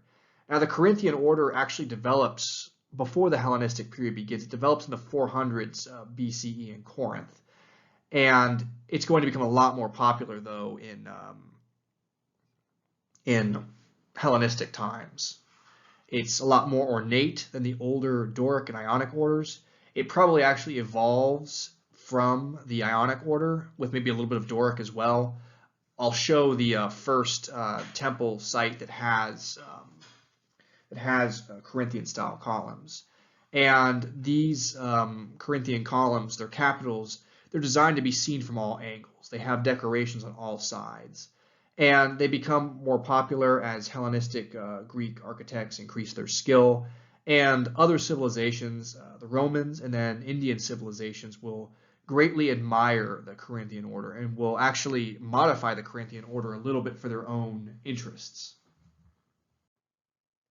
This is the temple of Olympian Zeus in Athens, and some of the work on this temple was done during the Hellenistic period in the 170s to 160s BC. And actually, the Greeks have been working on this massive temple for hundreds of years. You can see this image here shows what the temple would have looked like when it was completed. But earlier Greeks in the Archaic and Classical period, they were unsure about this temple. They thought that it was too large and it was too grand and it was not egalitarian. So instead they focused on other temples like the Parthenon, for example. And this temple is actually not even going to be finished in the Hellenistic period. It's going to be finished by the Romans, specifically under Roman Emperor Hadrian. But this temple site shows just changing values in Hellenistic Greek society. They're much more socially stratified. They're a lot less worried about producing a temple that's too big or not egalitarian. These are Indo-Greek or Indo-Corinthian columns. You can see the Corinthian style carvings here, but they're also been added to with cultural elements from the Indian cultures. You can see the Buddha here, and you can see elephants here. And these are from Gandhara, India, in the 2nd to 4th centuries CE. So after the Hellenistic period is over, you can still see, again, elements of Greek culture and Indian culture. This is the altar of Pergamon in Berlin, Germany. And this altar was built in Pergamon in Anatolia. It's built by Greeks living in Pergamon. It's mostly of the Ionic style, as you can see. The Ionic style being very popular in Ionia, in Greek territory in Asia Minor and Anatolia. But it's also joined by these really great relief sculptures here. Some people actually think that the sculpture Laocoön and his sons originally was part of the altar of Pergamon. But anyway, the altar is currently in Berlin, Germany. And the Pergamon altar site is very significant because this building is not built according to the sort of formula for Greek temples, rectangular, long, thin rectangular temples. Instead, it's rectangular, but with a long, facade, and then it's much narrower, moving away from people entering the temple. And really, we think that that's because this is an integration of local ideas about temples and Greek ideas about temples, but it's also an integration of Hellenistic architecture and sculpture, particularly these sculptures down here in this relief section. And it's also departing from Greek ideals in the sense this is a temple or altar that would have been used for multiple gods. The Greeks before this typically preferred to build one temple for each individual god. So it's an element, or it's an example of cultural syncretism in Greek architecture. This is actually the site of the Pergamon altar. All that's left is the foundation. And basically what happened was the German archaeologists were excavating the site, and they made a deal with the Turkish government. I believe it was the Ottoman Empire's government at the time, that they could excavate the Pergamon altar and preserve it, but they would take it back with them to Germany. So if you go to the original site at Pergamon, this is all you'll see that's left. You have to go to Berlin to see the altar itself. And here are some shots of the relief sculptures at the altar of Pergamon. You can see many elements of Hellenistic sculpture, the pathos on the emotions of the subjects. You can see the movement as they are. Actually, this relief shows the giants, the titans, fighting the gods. So you can see the movement as the subjects, the titans, and the gods fight each other. So it's once again an example of Hellenistic architecture, but also of Hellenistic sculpture.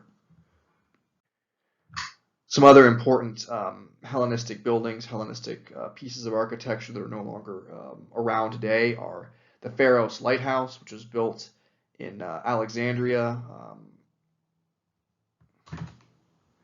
This lighthouse was very important to Alexandria because Alexandria is a maritime city. A lot of trade ships would have come in and out of Alexandria's harbor, and this lighthouse would have offered a guiding light to them coming into the harbor. Basically, its light comes from a flame amplified by mirrors, and it was said that you could see this lighthouse's light from miles away. And it's a large building, over 100 meters tall, over 100 yards tall, built from stone. It's one of the 7 ancient wonders, and sadly it was destroyed by earthquakes in the 900s and 1200s CE, so in medieval times it was destroyed. And you can see Greco-Roman era coins portraying the pharaoh's lighthouse. Another important building slash statue is the Colossus of Rhodes, which is made of bronze and iron. It would have been a lighthouse for the Rhodes harbor, and it was the largest statue in the ancient world at over 23 meters high, and 23 meters is well over 60 feet high. It depicts Helios, the sun god.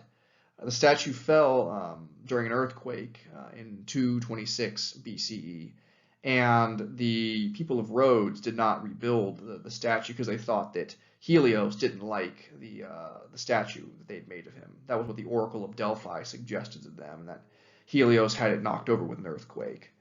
So the remains of the statue that was lying on the ground were scrapped by an Arab general in 653 CE, because remember, it's built of bronze and iron, so lots of valuable metal. And the Colossus of Rhodes would inspire later monumental metal sculptures like the Statue of Liberty in the United States. Now that we've discussed Greek architecture during the Hellenistic period, I want to talk about Hellenistic Greek pottery. And the Greeks maintained their skills with ceramics throughout the Hellenistic period. The Greeks were very skilled potters. They have been for their entire history.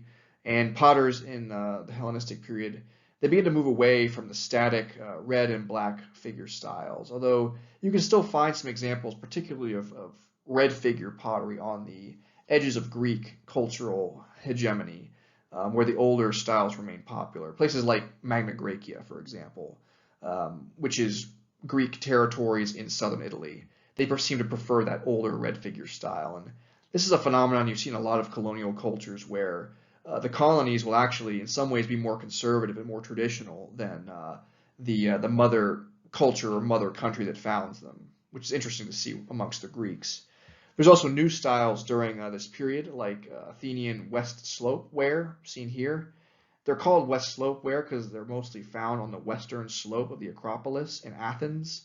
And these are black in color with very simple, very minimalist designs. I think they look very sleek, and they're quite a bit different than the pottery found in other periods. On the other end of the spectrum for Hellenistic pottery is this very polychromatic or multicolored Centuripe ware from Sicily. And the Centuripe ware is very colorful, multiple colors are used, very intricate scenes are displayed. This is a vase that shows a wedding ceremony. It's been said that Centuripe ware is too gaudy and too colorful by some art historians and art critics, but I actually really like it a lot as well.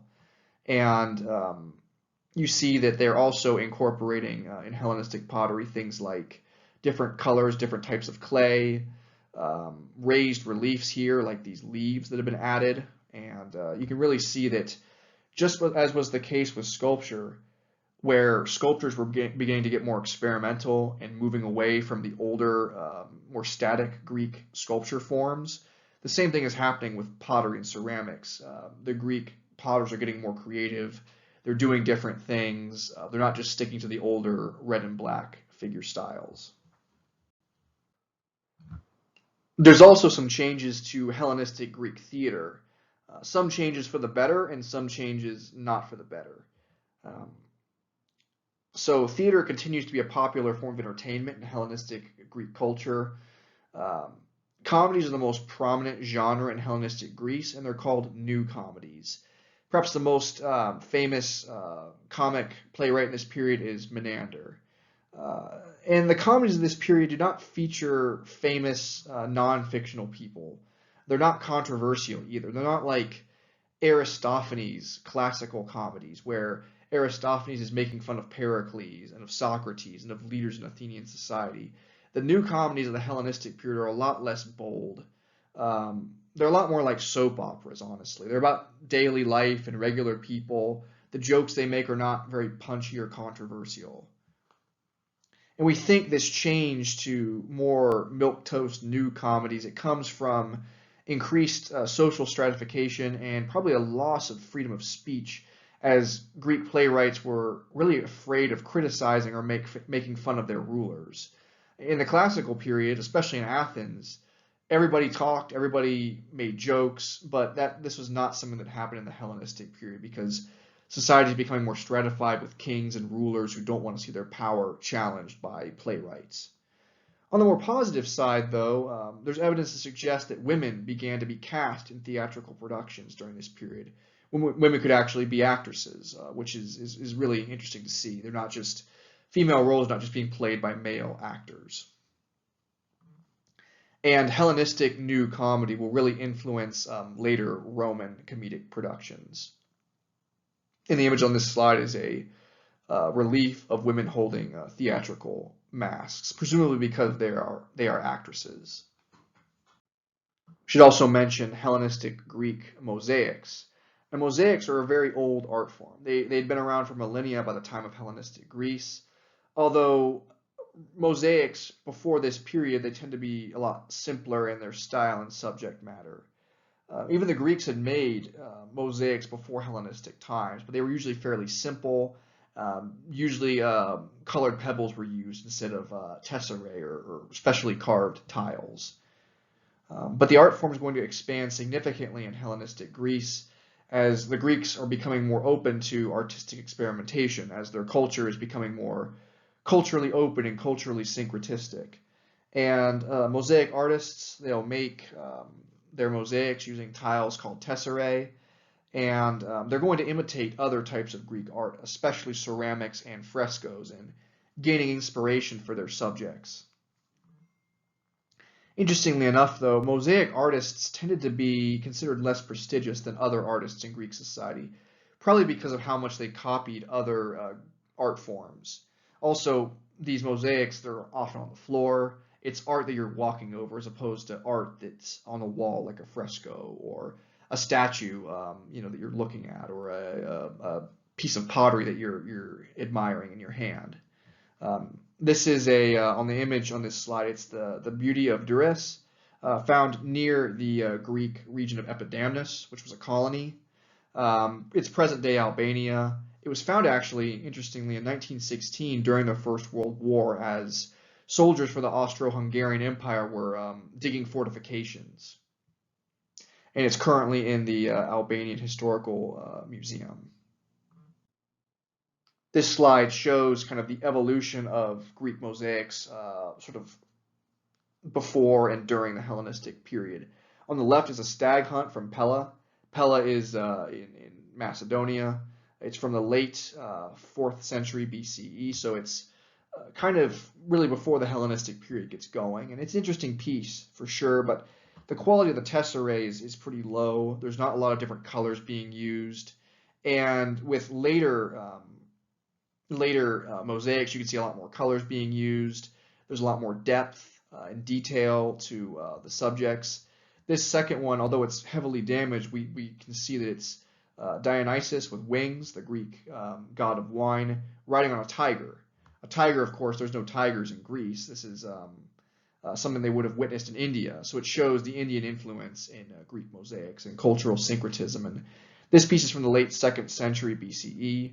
And on the right is a nymph riding a sea monster. This is from Rhodes in the 2nd century BCE. And you can see with this mosaic, there's a human subject, a mythical subject, and then there's really beautiful designs. So you can see how skilled mosaic crafters have become.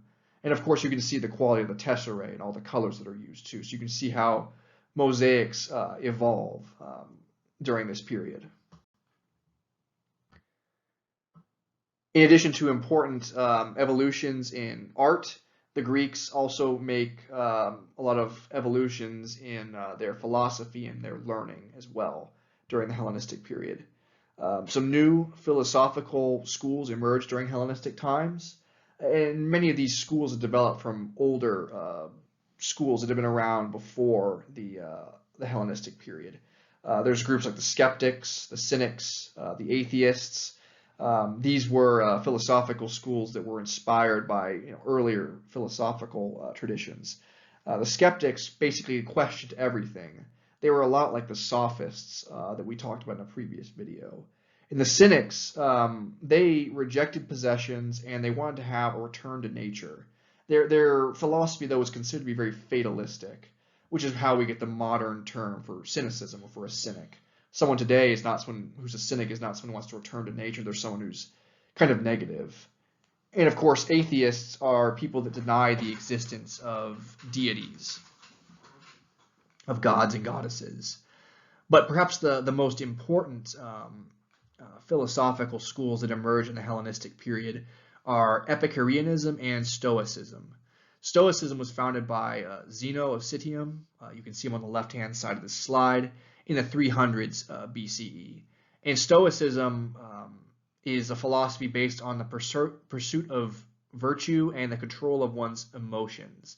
And Stoicism is heavily influenced by Aristotelianism, but it became more popular and became more of its own thing during Hellenistic times.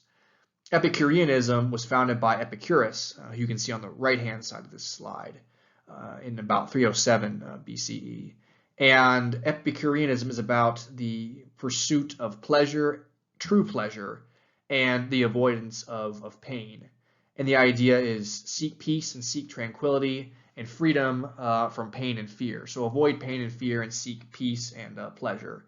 And it's meant to be kind of a rebuttal of Platonism, which was all about duty and creating an ideal society. It also is a rebuttal and a sort of an attack on Stoicism, where Stoicism is all about virtue and doing the right thing and controlling one's emotions even in the face of pain. The Epicureans want to avoid pain and seek pleasure. Many Epicureans did not believe in divine intervention, and some even questioned the existence of gods. Basically, Epicurean followers argued that the gods don't really exist, or if they do, they don't really care about human affairs. Therefore, the best thing that you can do in life is seek pleasure and seek to avoid pain and seek to live a peaceful life. And both of these philosophies are going to be very popular amongst the Romans. A lot of Roman emperors, for example, will adopt Stoic philosophy, and a lot of Romans liked Epicureanism as well. Like previous philosophical schools in Greece, Stoicism and Epicureanism were reactions to the life in the world of Hellenistic Greece. Stoicism helped Greeks deal with their loss of freedom and egalitarianism, and it taught them not to resent the elite people who ruled them. The Stoics would have said it's better to be poor and virtuous than to be rich and powerful but also be immoral. Epicureanism taught Greeks not to worry about the fact that their society was becoming less free and more stratified, and instead they should just pursue a comfortable life free of pain. Kind of like 1960s hippies. Tune in, turn on, and drop out. The Hellenistic Greeks also made some very important scientific discoveries. Perhaps one of the most famous Hellenistic Greek scientists was Archimedes. And wealthy Hellenistic Greek rulers supported thinkers to help them develop new military technologies. Remember, Hellenistic Greece is a time of a lot of warfare between the Diadochi and between other people in the ancient Mediterranean. Archimedes actually works for Sicily, helping the Greeks in Sicily defend themselves against the Romans in particular. He'll work for King Hero II of Syracuse. Archimedes develops both military and civil technologies like the Archimedes screw, which is a technology used for pumping water. And we'll talk about some of the other military technologies he makes as well. He also calculated pi and is said to have discovered hydrostatics or displacement while he was taking a bath. There's also a lot of other famous Hellenistic scientists like Eratosthenes from Cyrene, who mathematically prove that the Earth was round. So a lot of scientific discoveries being made in the Hellenistic period as well. This is a 16th century woodcut of Archimedes in the bathtub saying, "Eureka, I found it," as he figures out hydrostatics. Here is the Archimedes screw, which helps you move water up as needed. And the Archimedes screw is in use today in many technologies. So it just shows really the genius of Archimedes. Archimedes also developed military technologies, improved siege engines like catapults and ballista or ballistae, plural. And these devices would have helped Sicily and Syracuse maintain its independence against the Romans. Once again, the importance of military technology in civilizations either conquering other civilizations or defending themselves from their attackers. This is a drawing of Archimedes' ballista that he developed sometime in the 200s BCE. This is a recreation, although it's a Roman recreation. So Archimedes' technologies were so good that the Romans copied them and used them themselves. And these are some metal bolt heads that would have been attached to arrows that would have been launched out of the ballista. The ballista is basically a giant crossbow that can sling rocks or sling arrows at the enemy.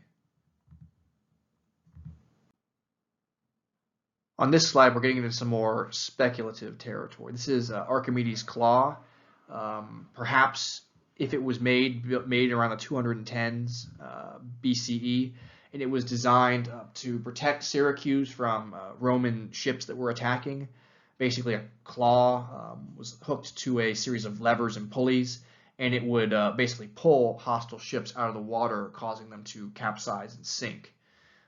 Some historians question whether it really existed, and scientists and engineers have questioned if it was even feasible from an engineering perspective. But we'll talk about that more in the next slide. So Archimedes' claw was found to have been practical, that it could have worked. But Archimedes' death ray is probably something that was even less practical than the claw. It's been determined to be scientifically possible, but it's unlikely this weapon was ever made. Basically, what it was, if it even existed, was it was a series of mirrors that amplified the heat of the sun. They could be directed at enemy ships, causing them to catch on fire.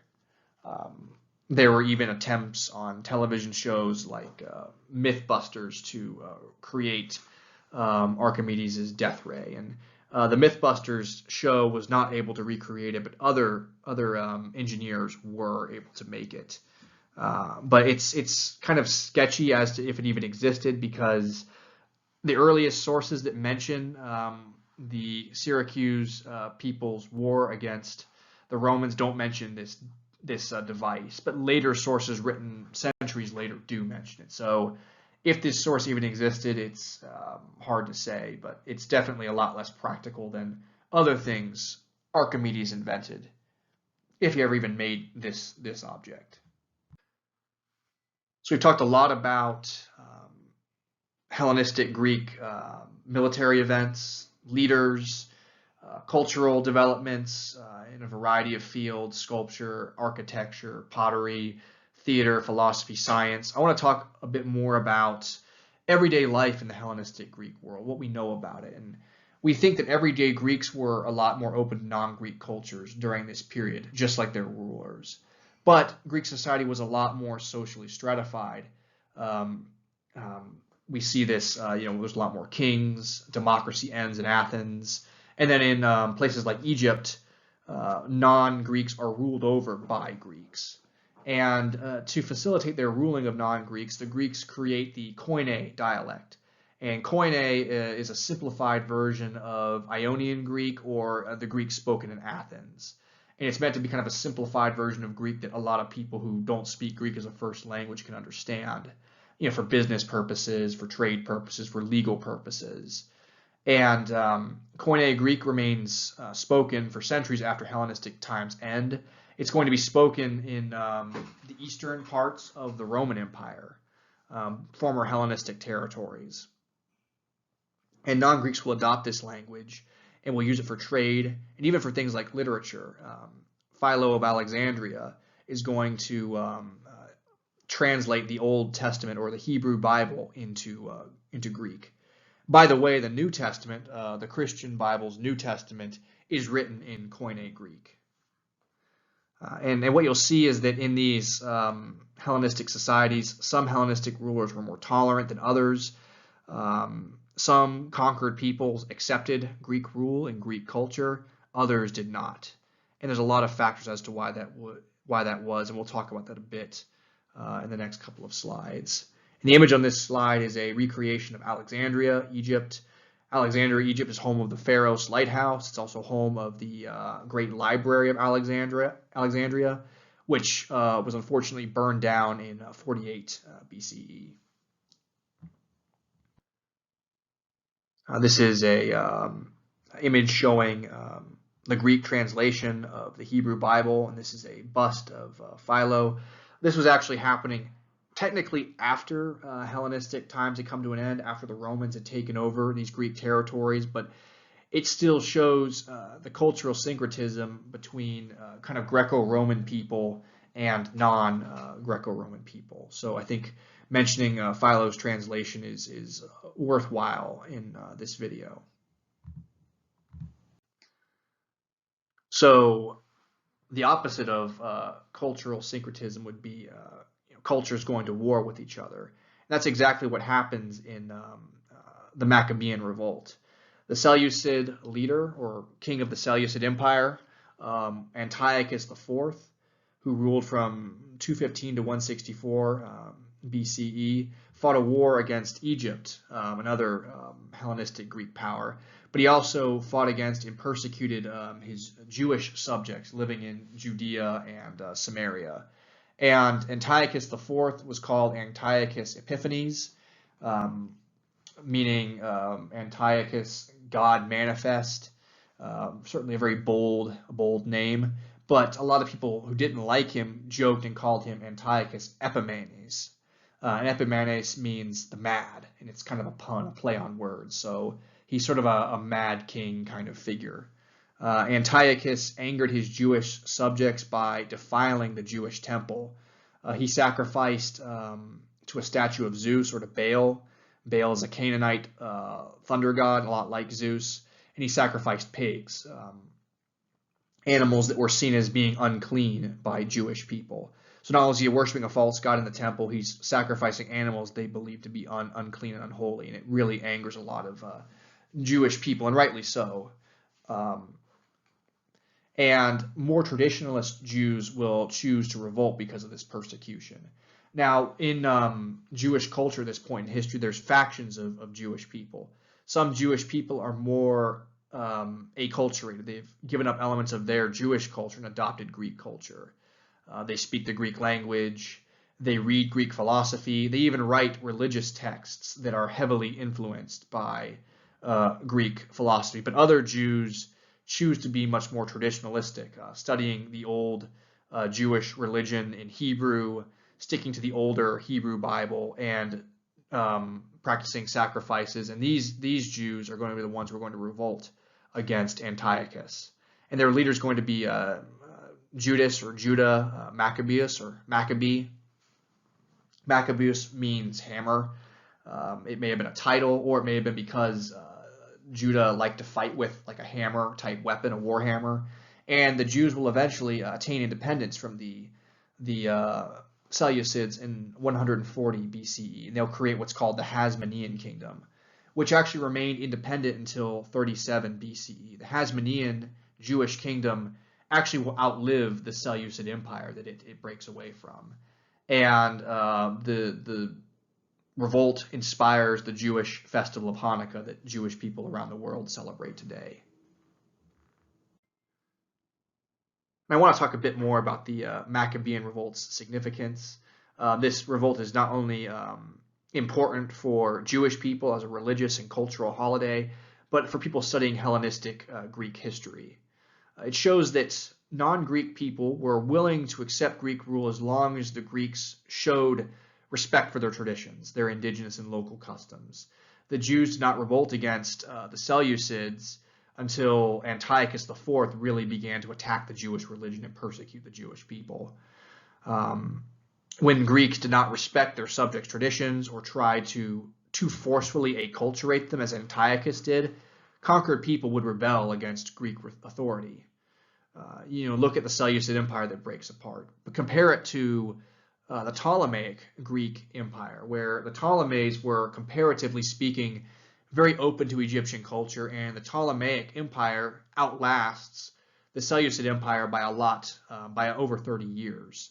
And arguably, the Ptolemies also, their empire doesn't shrink in the same way that the Seleucid Empire does. The Seleucid Empire starts very, very large; it gets smaller and smaller, whereas the Ptolemaic Empire doesn't change a whole lot in size until it's ultimately taken over by the Romans. And the Romans will learn from the Hellenistic Greeks and will take a similar approach with their conquered non-Roman subjects. That is, when the Romans respect local and indigenous cultures, the local and indigenous people tend to get along pretty well with the Romans, and the Romans get along well with them. But when the Romans don't respect local and indigenous traditions, that's when rebellions take place. And that's actually going to lead to the image on this slide, which is a relief showing the Roman triumph over Jerusalem, or the Romans will destroy Jerusalem in 70 CE after a Jewish revolt.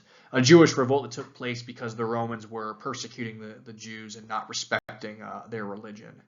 We'll talk more about the 70 AD destruction of Jerusalem in a future video.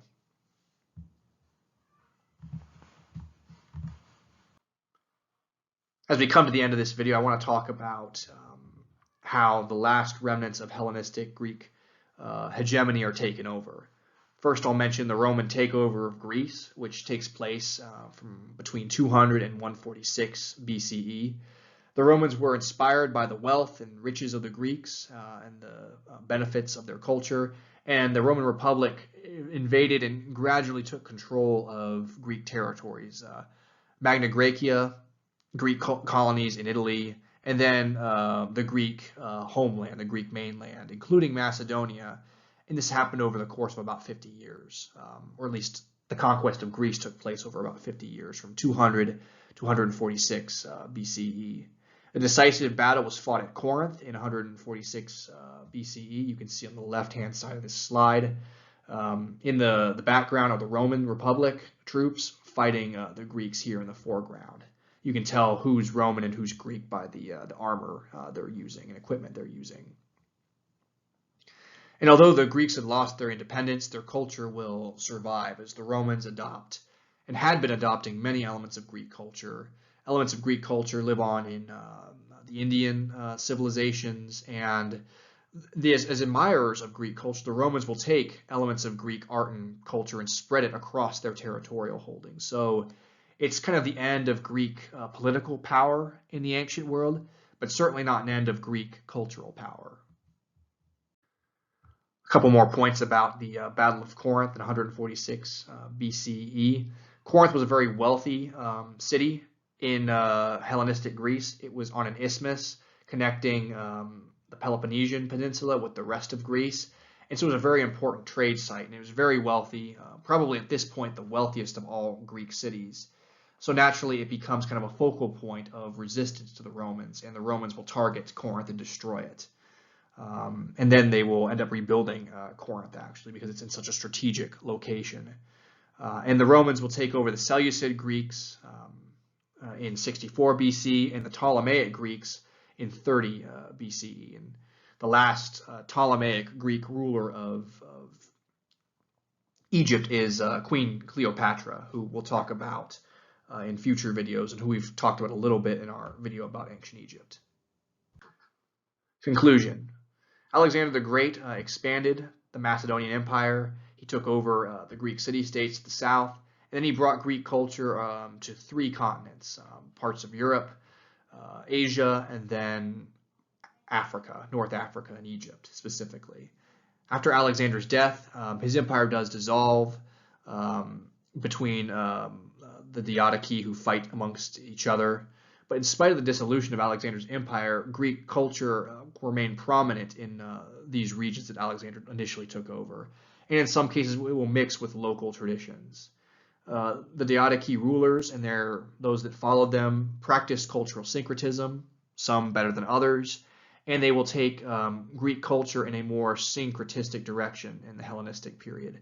The Greeks in the classical period were more suspicious about non-Greek cultures, but now that the Greeks are ruling non-Greek people, they're becoming more open to non-Greek cultures, with some limits and exceptions, of course.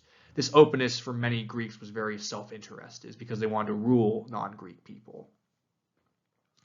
And all the while, Greek artists and thinkers continue to make advancements in their fields, as we discussed, in philosophy, theater, sculpture, ceramics, architecture, mosaics, etc. And Greek culture will live on even after the Greek mainland and the other Diadochi states are taken over. And much of this territory, this Greek territory, is taken over by the Romans. And the Romans will be the subject of the second half of this course.